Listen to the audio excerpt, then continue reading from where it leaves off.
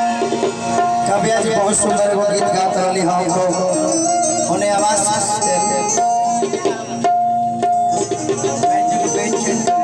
बड़ा अच्छा गीत गात रही हाँ लेकिन हम कविया जी संभाला था मैंने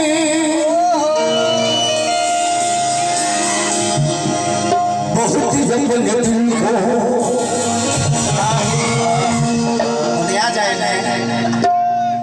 भेट तारा भेट भाई बचंदा नमस्कार तारा का गोलू से भेट भाई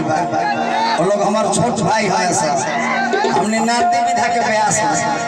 आओ बाप पीछे रहे भूतकाल में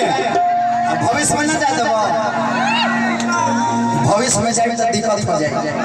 अभी भूतकाल में बहुत ऐसे हिंदी गाना हम लोग कभी गाली भोजपुरी नारदी विधा गाते हैं लेकिन कभी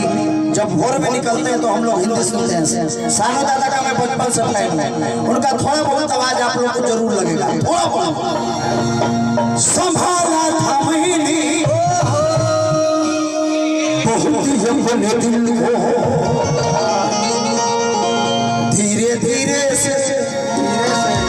मेरे जिंदगी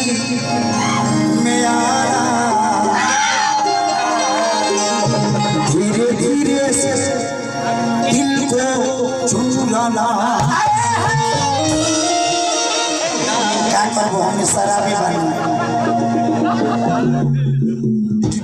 जब से तुझे देखा दिल को कहीं